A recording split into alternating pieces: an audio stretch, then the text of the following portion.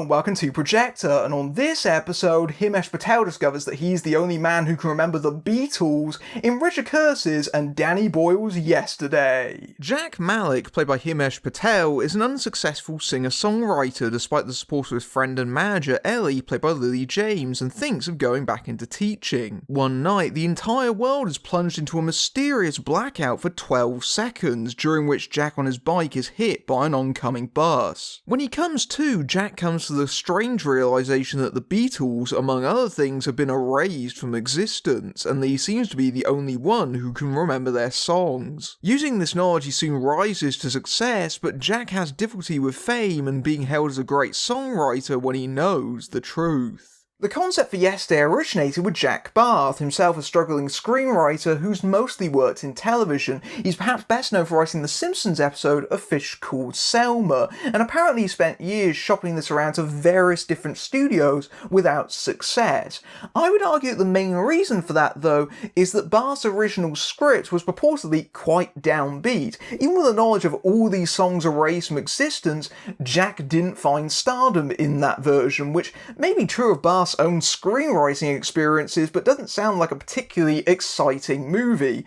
Richard Curtis caught wind of Barth's concept and bought it from him. Barth has a story credit on the film, and Curtis entirely rewrote it. And Curtis is best known for writing some of the best rom-coms of the last 30 years. I'm thinking of things like The Tall Guy, Four Weddings and a Funeral, Love Actually, Notting Hill, About Time. That's an impressive CV, and working with him here is director Danny Boyle. They previously worked together on the British Olympics back in 2012. This is their first film together, and of course Danny Boyle is a fantastic director. He directed the Trainspotting films, 28 Days Later, Slumdog Millionaire.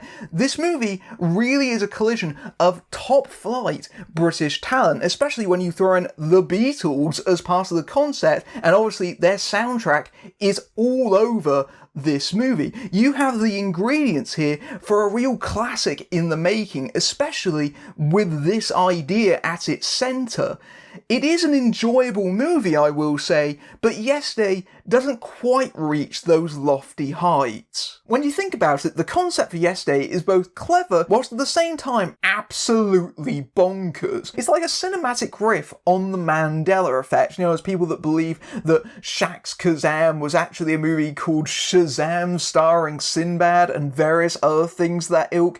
What if the reason for that was that your entire world changed around you overnight and you're the only one that noticed?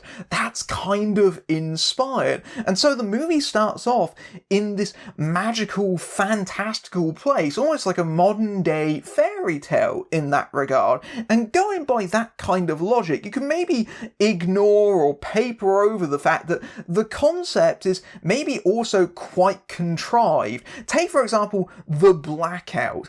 There is no way that Moscow, London and New York can simultaneously be in nighttime. There is no way that can occur, but of course it has to, because that instigates the plot of the movie and it makes for a very striking visual. That premise also leads to a very deep rabbit hole, because the Beatles was a hugely culturally significant thing. In fact, that's not the only thing that's disappeared. It becomes a running gag over the course of the movie as Jack discovers even more things have been erased from the timeline. And so when you take all of those things out, it's not just a tiny ripple effect, it's like a tsunami. It would radically change the course of history. And so it is very bizarre, because these are things that would have major impacts on people's lives. People relate to Beatles songs, they recall where they were when they first heard them, and things like that. The Beatles also had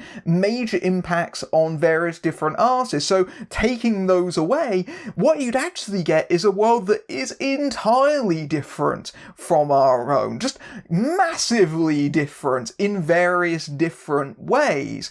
And yet, at the same time, you can totally understand why the movie maybe doesn't go down that route and just tries to simplify it by going, oh yeah, the world is exactly the same, it just happens to be that the Beatles are not there in it. I just wish the movie was a little bit more adventurous with its own conceit. There's a lot of storytelling avenues that it simply does not want to go down. It's largely used as the impetus for the plot, and then it's immediately shuttled off into the background, which is a shame, because when the movie takes advantage of those possibilities, it really does work and makes you wish the film took those chances a bit more often. Although maybe I can understand that because there's so much you could do with it. You couldn't do it all in one film in the first place. You could even turn this into a horror movie. This is the basis of a Twilight Zone or a Black Mirror episode. It's almost like that Twilight Zone episode where everyone starts speaking a different language around one man. The implications are borderline horrifying in some regards. But again, you could have fun with it. You could have characters inventing new slang. You could have an entirely alternate history, and yet Yesterday just tries to do it in the most simple, straightforward manner possible, and that's just disappointing. It simply uses it as the basis for a rom-com, and I just wanted it to be a little bit more than that. This definitely feels like Richard Curtis playing to type, because the romance is the focal point of the narrative. So any film like this lives or dies on whether you want your two leads to get together, and in this film's case they really are quite charming. On the one hand you have Himesh Patel, who is making his film debut here, but you genuinely wouldn't know it. He seems remarkably self-assured, especially considering that he's in virtually every single scene of this movie. He carries it all throughout. He already showed his comic chops on EastEnders, the soap that he was on previously, but Yesterday shows his talents even more than that, because he's playing both straight man and fish out of water at the same time, and then on top of that asks him to perform the musical numbers, and Patel shows himself as being a talented musician as well. It's a genuinely star-making performance on his part, in the same way that his character ascends at the same time. He comes across as really likeable and charismatic. It's not hard to see in the writing that maybe 10, 20 years ago, this character definitely would have been played by Hugh Grant or someone similarly foppish, but Patel manages to make it his own. And on the other hand, you have Lily James, who really is adorable here. That being said, their romance is perhaps one of the least plausible things in this film, and that's saying something considering that this is a movie where the Beatles get erased from existence. I just have a very hard time believing that someone would have Lily James as their best friend for years and years and years, clearly infatuated with them, and yet their relationship has never gone beyond platonic. I find that very hard to believe. And the film tries to work around this by frumping James up a little bit. They give her curly hair, they put her in some unflattering outfits, they give her some naff pajamas and some square glasses, and it doesn't work because James is model beautiful. She takes those awful items and manages to make them look cute on her, and they do have genuine chemistry together when they're on screen. I just think the plotting is a little bit skewy at certain points. I think that's not helped by the fact that the movie has clearly undergone some late stage editing. If you watch some of the trailers, you'll notice that Ana de Armas is in them. Her character was entirely deleted from the final film, and the reason that she was going to be in here is that her character was going to serve as a roadblock for these characters, but obviously she was deemed to be superfluous, and the movie is already bordering on 2 hours without her, so they just got rid of her. But because of that, the way that the characters act going into the third act doesn't really work. You can kind of understand James's decision there a lot more if that character was still in the movie. What is still there does work because obviously the wedge between these two characters is Jack's growing fame. It's all about Jack wanting the fame and adulation and success, and then he gets it and he realizes, oh, this is not actually what I wanted. What I wanted was her.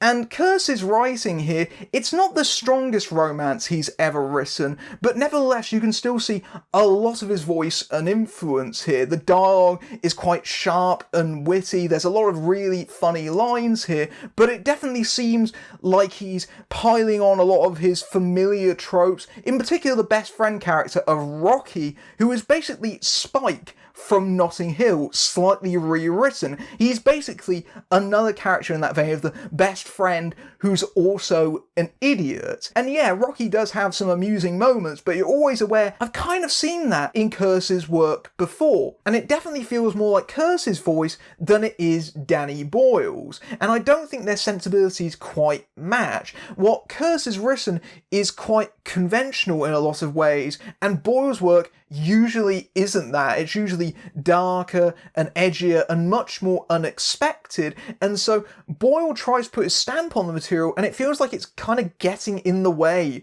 of Curtis's work. It feels like it's wrestling with it. You've got unusual camera angles, you've got Dutch angles and things like that. It just feels a little bit off with the rest of the movie. There's definitely moments where you can feel Boyle's imprint on it. There's moments where the titles of the songs swoop past the camera as Jack remembers them. There's a sequence where he's seeing these screens of various different songs and successes play out in front of him that feels like a Danny Boyle moment.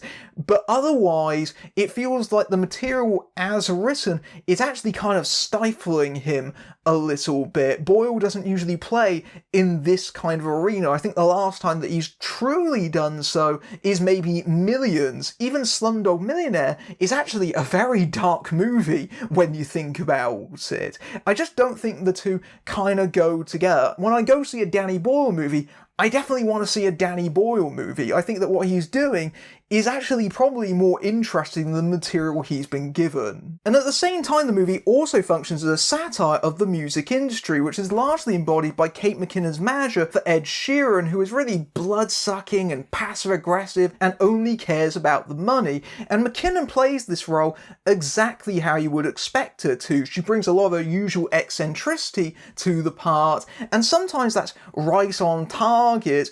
She plays the role as essentially making veiled threat behind a smile. She's joking, but she's not actually joking about what she's saying. But there are other moments where I think that McKinnon maybe overdoes it. I don't think she's quite adjusted to playing roles in films still at this point. She needs someone to tell her to draw it back, because there will be moments where she pushes this role even further into OTT caricature than it's already written as, especially in the final scenes of the film where she goes into straight up hysterics. Ed Sheeran, for his part, is more than a cameo, it's a full-on supporting role. He's in quite a bit of this movie, and he doesn't embarrass himself. I'll say that much about it. I don't think we're going to be troubled by an acting career by him. He's definitely not got that kind of range. He's simply playing himself, and he does a reasonable job at it. He comes across as being affable,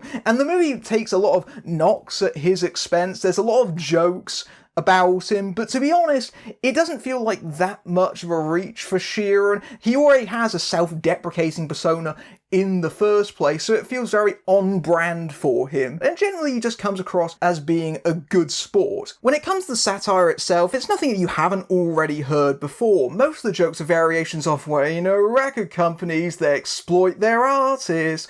There is a fairly amusing moment where they're in a board meeting discussing various album names and covers and making Beatles references along the way and going, I don't know if that's commercial enough. I got a few chuckles out of that, but that's about it. No one's expecting this movie to be that incisive, and when it comes to the theme of fame, the movie's also treading on fairly familiar ground. Of course, the main conflict for Jack is that he's rising to success off the back of someone else's work, and the more that he grows in stature, the more and more he starts to feel like a fraud. He gets paranoid that someone is going to stumble onto his secret, and that's exacerbated by the fact that there are actually certain Beatles songs that he can't remember the lyrics to, especially the more personal ones. It becomes a running plot line through the film that he's trying to work out the lyrics to Eleanor Rigby. He's going, oh, how's that go? How'd that go? How'd that go? And the plot looks like it's heading in an interesting direction there. It sets up a really intriguing moral dilemma.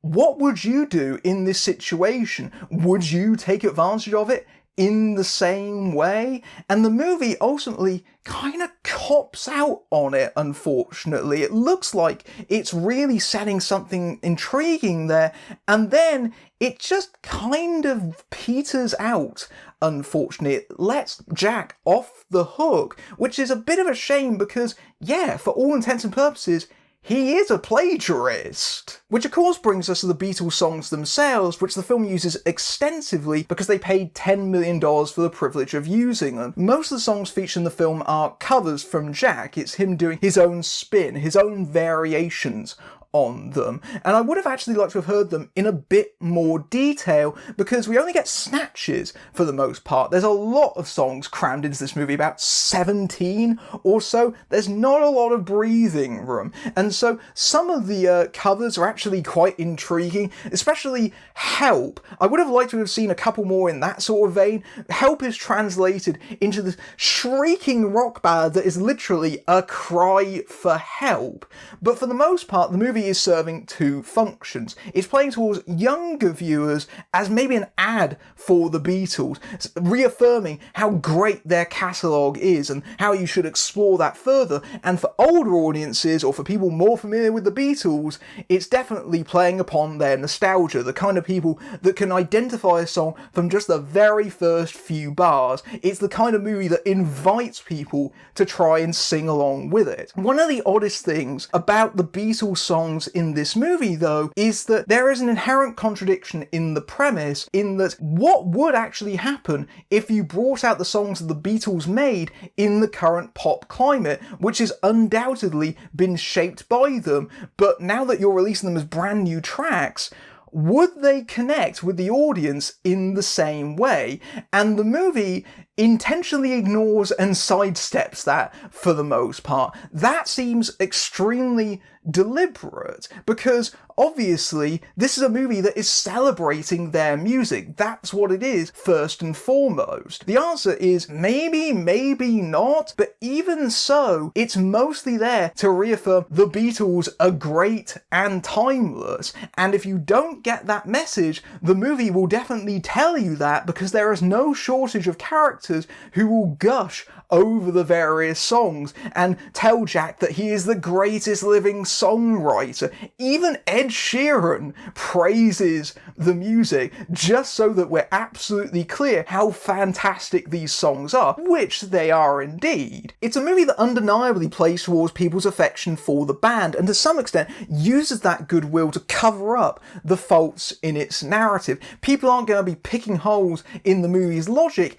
if you have the tracks that everyone loves, because they are damn good songs. I did enjoy Yesterday quite a bit. I thought it was lightweight, upbeat, frothy fun with some winning performances, not to mention a terrific soundtrack, that goes without saying, but it just doesn't match up to the brilliance of its conceit or the people working on it behind the camera. I think that Boyle and Curtis have made better films than this in the past, and they don't really gel together. And also, I think there's a lot about its central premise that goes unexplored here, but maybe that's because if you try to think about it too long, you'll realise the movie is actually made out of fairly flimsy construction. You poke too many holes in it, it's going to totally collapse. It's a good example of a recent rom-com. It works on that level, and if you're a Beatles fan, you'll really enjoy this film, and even if you're a newcomer to their work, you'll probably still be won over by it.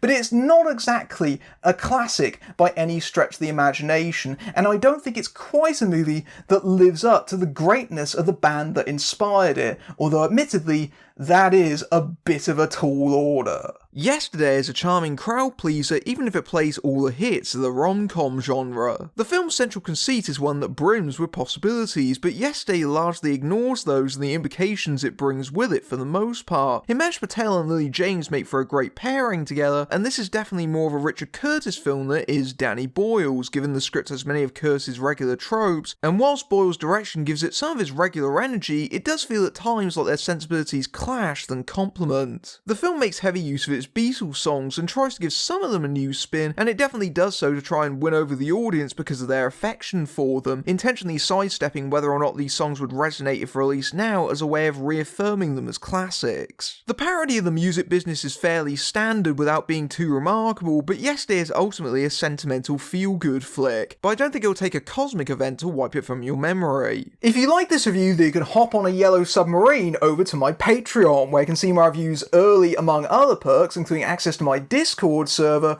But until next time, I'm Matthew Buck, fading out.